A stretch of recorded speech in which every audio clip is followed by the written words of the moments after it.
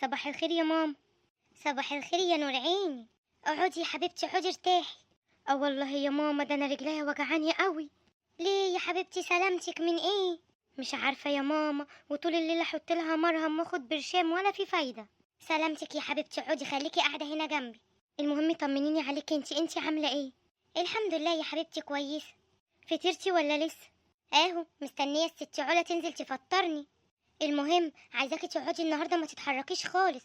اوعي تتحركي، اقعدي كده وريحي نفسك. حبيبتي والله يا حبيبتي يا حماتي. اه يا حبيبتي، ريحي رجليكي كده اللي بتوجعك دي. صباح الخير يا حماتي. صباح الخير يا منى. اهلا، صباح النور. إيه اللي مقعدك لحد دلوقتي يا علا؟ ما نزلتليش من بدري ليه؟ ما الدنيا لسه بدري يا ماما، هنزلك ايه اكتر من كده بدري؟ ده انا دلوقتي نازله وفاكره ان انا هلاقيكي نايمه. لا يا شيخه، هو انا بنام لحد دلوقتي؟ ليه، هي الساعه كام معاكي؟ الساعه يجيلها 9. ليه وانا بصحى 9؟ انا بصحى من 7 ولا 8 يا حبيبتي. انا ما بحبش القوام واخري. من 7 الصبح تكوني عندي. حاضر حاضر يا ماما. طب انتي فطرتي طيب ولا حضرلك الفطار؟ انا فطرت ولا شفت فطار من صباحيه ربنا. ده غير الحاجات اللي مقلوبه جوه في الشقه وعايزه تتعمل. طب طالما انتي جعانه يا ماما، ما خليتيش ليه منى عملت لك الفطار؟ منى مين اللي تعملي الفطار؟ دي منى يا عيني رجليها وجعاها ومش قادره تقف عليها. اسكتي يا علا، اسكتي، قمتي من النوم؟ مش قادره ادوس على رجليا خالص. طب ما انا كمان تعبانه، ما تحسي بيا زي ما بتحسي بيها. بقولك ايه يا علا، انت هتقلبي لي دماغي ولا ايه؟ وهتقعدي ترغي زي كل يوم. خشي شوفي الفطار. ما تشالله يا بنتي، انت هتفضلي واقفه متنحنه؟ حماتي جعانه يا علا، اجري يلا شوفي لها الفطار. انا لو مش تعبانه كنت قمت عملت. اه ما انا عارفه، على اساس ان انت بتعملي كل يوم. حسبي الله ونعم الوكيل. ايه يا اختي الهم اللي احنا فيه ده؟ احسن يا ماما. انا مش عارفه هي واقفه تبصلنا كده ليه. ده تلاقي اللي فيا ده عينيها وحشه.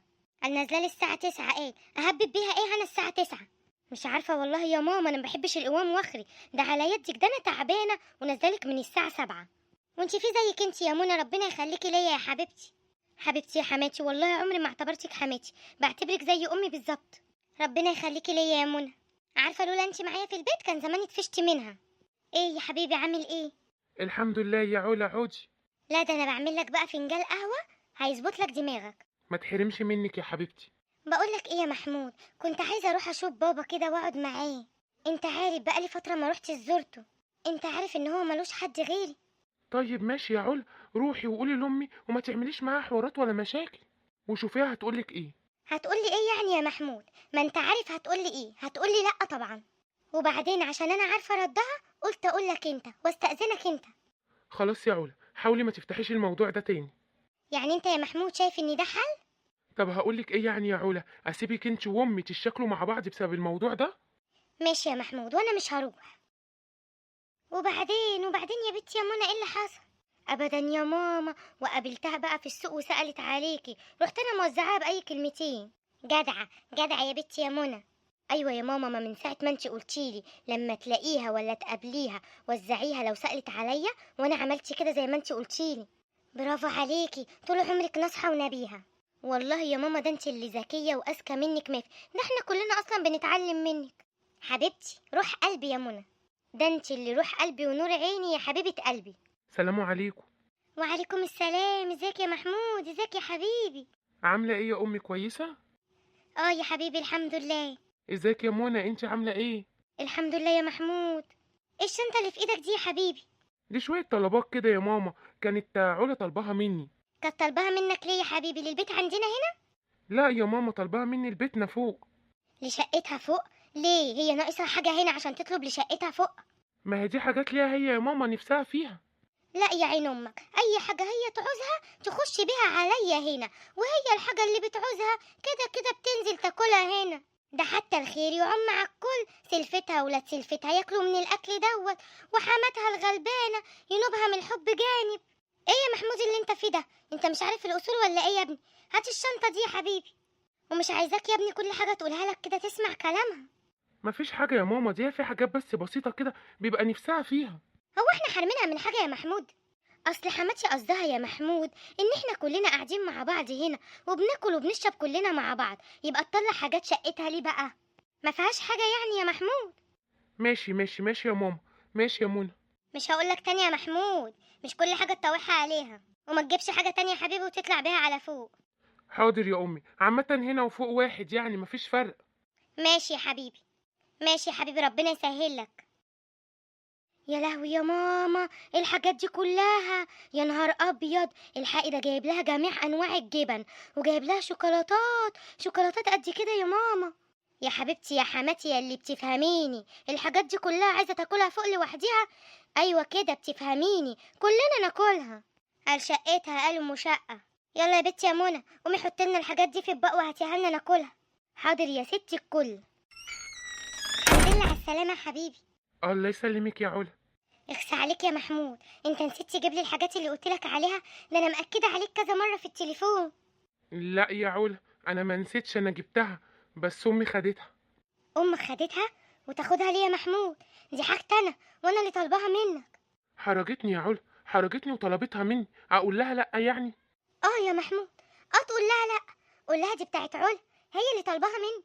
ده انا الحاجات دي نفسي فيها قوي، ده انا بصحى من النوم الصبح ببقى جعانه قوي، بدور على حته جبنه ما بلاقيش، بنزل تحت بتذل على ما باخد حته جبنه واقعد اكلها.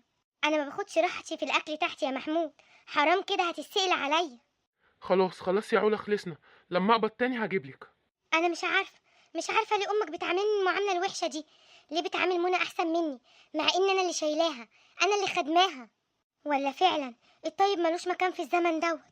خلاص بقى يا علا، خلاص بقى يا علا، كفايه مشاكل بقى ونكد. ولا انا جاي من الشغل زهقان وقرفان، اجي الاقي هنا نكد وقرف؟ ده ايه المشاكل دي؟ انا قايم داخل يا ستي. والله ما يرضي ربنا، حرام عليك، هو ده اللي باخده منك كل مره. الحقي يا حماتي الحقي. في إيه يا بنتي يا منى، مالك موطيه صوتك كده ليه؟ مش هتصدقي يا بنتي، ما تتكلمي على طول وقعتي قلبي. مش هتصدقي، انا شفت ايه من البلكونه دلوقتي؟ شفت ابو علا طالع وشايل في ايده شنطه، وطالع يسحب على السلم، وطالع دلوقتي عند علا. طالع فين؟ على السلم، طالع عند علا، عند بنته فوق، وزي ما يعديش عليا يستأذن. مش عارفه يا حماتي، المفروض والله دول ولادات الذوق، ده نهاره اسود، ده انا طالعه بهدلهم الاتنين. ايوه كده، علميهم الادب، اصبري بس عليا، ده انا هطين عيشتهم. ربنا يقدرك على فعل الخير يا منمن. مش القعدة دي يا محمود كانت عايزة لب فشار جاتوه فاكهة؟ ليه يا محمود، ليه ابقى محرومة من الحاجات دي وانا بحبها قوي؟ خلاص يا ستي ابقى اجيبلك. ما انت بتقولي كده يا محمود، وبعد ما بتجيبي الحاجة امك بتاخدها. خلاص ابقى اجيب بزياده المره الجايه ولينا كلنا. اما اقوم اشوف مين. ايه ده، معقولة؟ بابا تعال. سلام عليكم. عليكم السلام يا حبيبي. ازيك يا محمود يا ابني، عامل ايه؟ اهلا يا عمي، اتفضل، ما تقومش يا ابني، خليك قاعد. ايه يا بابا الشنطة الجميلة دي؟ ايه يا محمود، انت مش عايز تجيب علا عندي ولا ايه؟ لا واحنا نقدر برضو يا عمي. قابلت الحاجه وانت طالع ولا ايه يا عم؟ حاجه مين يا حبيبي، الحاجه والدتك؟ اه. لا والله يا ابني ما قابلتش حد، الباب كان مقفول. اتكسفت بصراحه وقلت ما يصحش ان انا اخبط عليها.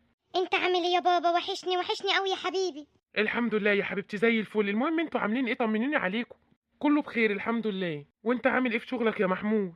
كويس يا عم الحمد لله. ايه يا علا، اتاخرتي علينا يعني في خبر حلو كده، نونا جايه في السكه ولا حاجه؟ ان شاء الله يا بابا، ادعيلي. ربنا يرزقك يا بنتي. سلام عليكم. عليكم السلام، اهلا وسهلا، ازيك يا حاجه؟ جرى ايه يا حاج، هو في ايه؟ هو انت فاكر ان البيت ده بوابه كده، بوابه كده من غير بواب؟ وانت ازاي تطلع من غير ما تستأذني وانا تحت؟ ايه ده؟ ايه اللي انت بتقوليه ده؟ هو ايه اللي ايه ده؟ زي ما انت سامع كده، هو مش في بني ادمه قاعده تحت؟ ده ابويا وجاي يشوفني. ايه الغلط في كده؟ ما تتكلم يا محمود، ابوكي يا حبيبتي قبل ما يطلع هنا يخبط على الناس اللي تحت، يقول لهم يا اللي هنا انا طالع فوق. ايه الكلام اللي انا بسمعه ده يا محمود؟ انا هتهان في بيتك يا ابني ولا ايه؟ اقعدي اقعدي يما، طيب اسكتي. يعني لولا سلفتك شافته من البلكونه كان طلع والسحب وانا معرفش حاجه. سلفتي اللي هي عايزه تقوم الدنيا 24 ساعه. لا مش هي اللي عايزه تقوم الدنيا، ابوك اللي المفروض راجل كبير ويفهم في الاصول، المفروض يستأذن الست اللي قاعده تحت.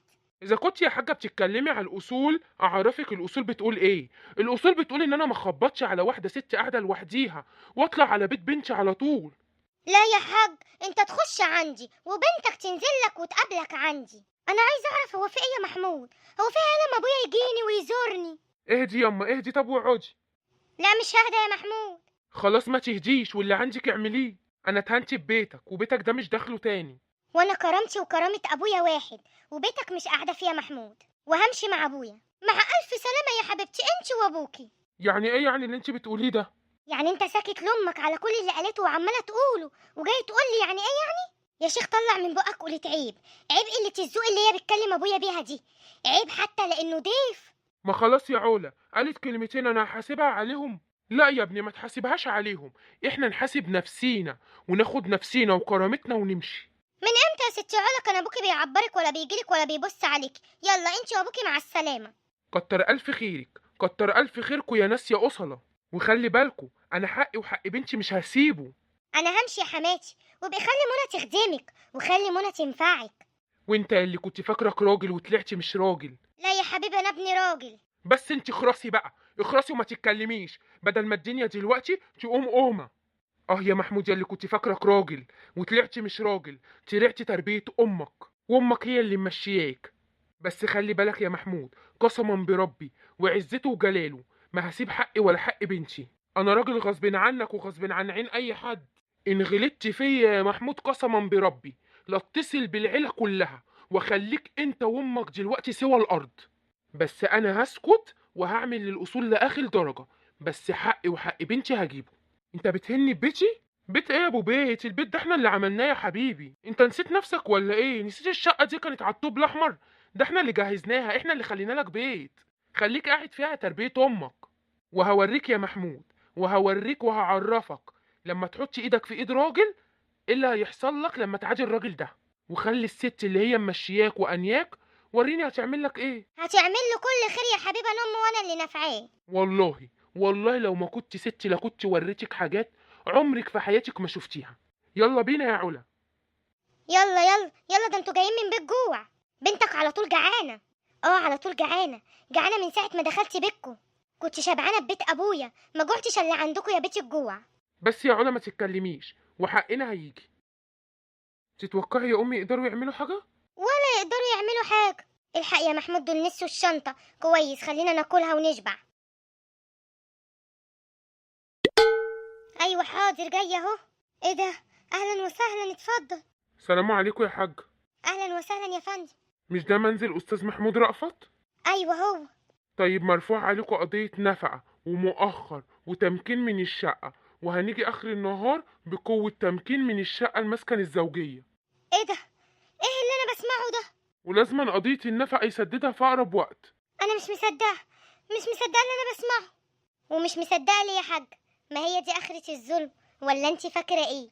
فاكره ان بنات الناس لعبه ليك انت وابنك؟ وانت يا حاج تسلم.